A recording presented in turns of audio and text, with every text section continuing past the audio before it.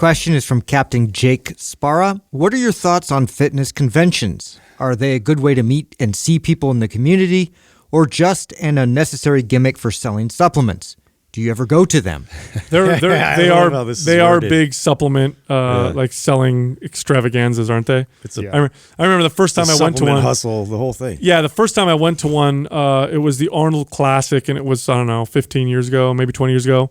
And I'd really wanted to go to one for a long time. I'd followed bodybuilding when I was a kid. And so I went to one. I flew to Columbus, Ohio with a friend of mine, and we get there, and we walk through the convention, and I'm like, this is just a bunch of supplement vendors trying to get our attention through different means, girls, scantily clad, and, they're shooting T-shirts out of cannons over here, and they're giving out free, and at first it was kind of like, well, this is kind of, and then you're walking around, you're like, well, this is not really, I'm not getting a ton of value.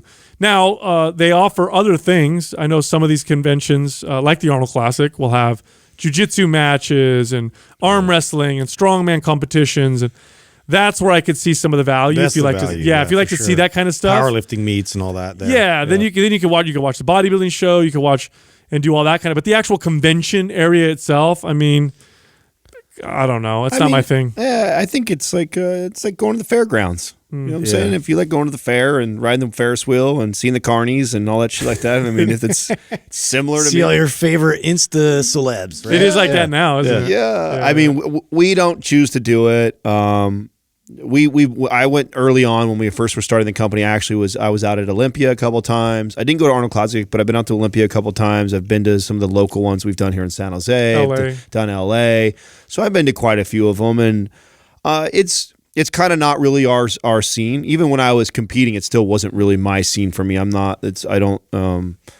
don't hang out with like other bodybuilder guys all the time. Even when I was competing, I knew them. I'm friends with a lot of the guys that are in that, but I don't know. It's you if you're really into that space, they can be cool, I guess. If you are like hardcore, you're young teenage boy or girl, and you like aspire to be one of these competitors so bad, and you're into all that, like that scene can be really cool. I mean, I'll tell you what's interesting. You have to be really into all that. Do you guys do this where you go around these conventions and it's fascinating to watch people because of how they all will wear like similar shoes and shirts. Well, I love that backpacks. So I love people watching. Period. I just enjoy. I enjoy it. Right. Yeah. I like crowded areas like that. I like to post up somewhere and just human watch.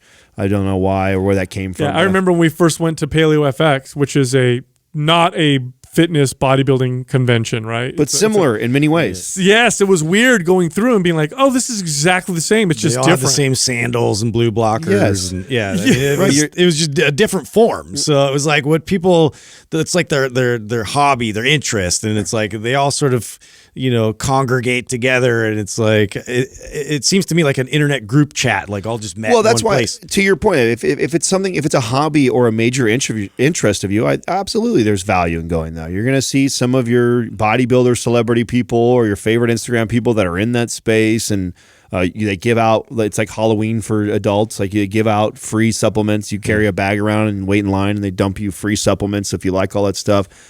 It's just never been a thing for us. Like we're honestly like the area that we saw when we came into the podcasting space, we wanted to reach and find all the clients that we trained. When all three of us look back at our career, and if we were to generalize the people that we trained, the people we trained were just normal ass people into lots of other things besides fitness. Run-of-the-mill average person. Yes, has a normal engineering job, or as a teacher, or as a world traveler, or and they want to stay fit and healthy, and they recognize they don't have the knowledge, and they hire me to help them out. Like those are 90%. These are the people that would see a muscular guy at 5% body fat and go, ew. Yeah, they wouldn't even want that. That is who. And the irony when we came into this space, what we saw was other podcasters and Instagram people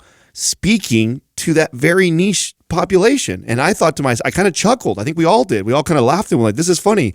All these meatheads are all fighting over the same 2%, maybe at best, probably 1% of the population that are like hobby, working out is a hobby to them. They love this. They go to these conventions. They think it's awesome.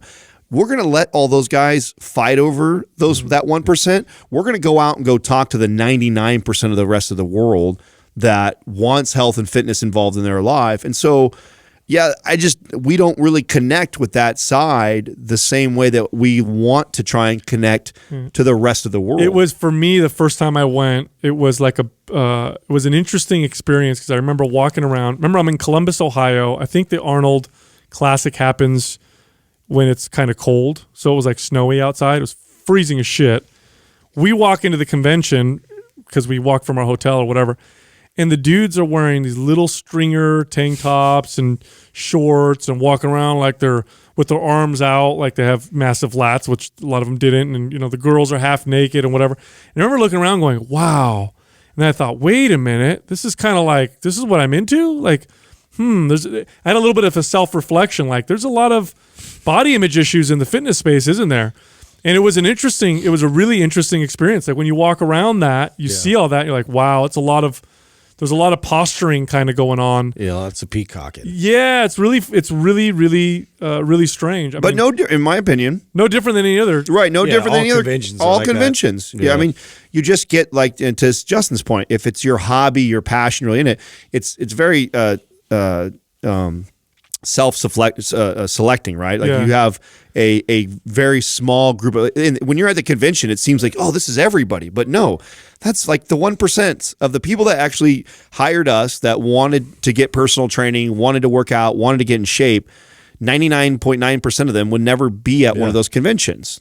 I don't ever think I even had a client that would have been at one of those conventions. That just shows you how rare or what small of a group that really is. But it seems like it's the majority when you're at them. If you're walking around these things, but they're really not. So we're talking about coming out to the Arnold Classic this year, and we're going to meet up with our good buddy Joe DeFranco.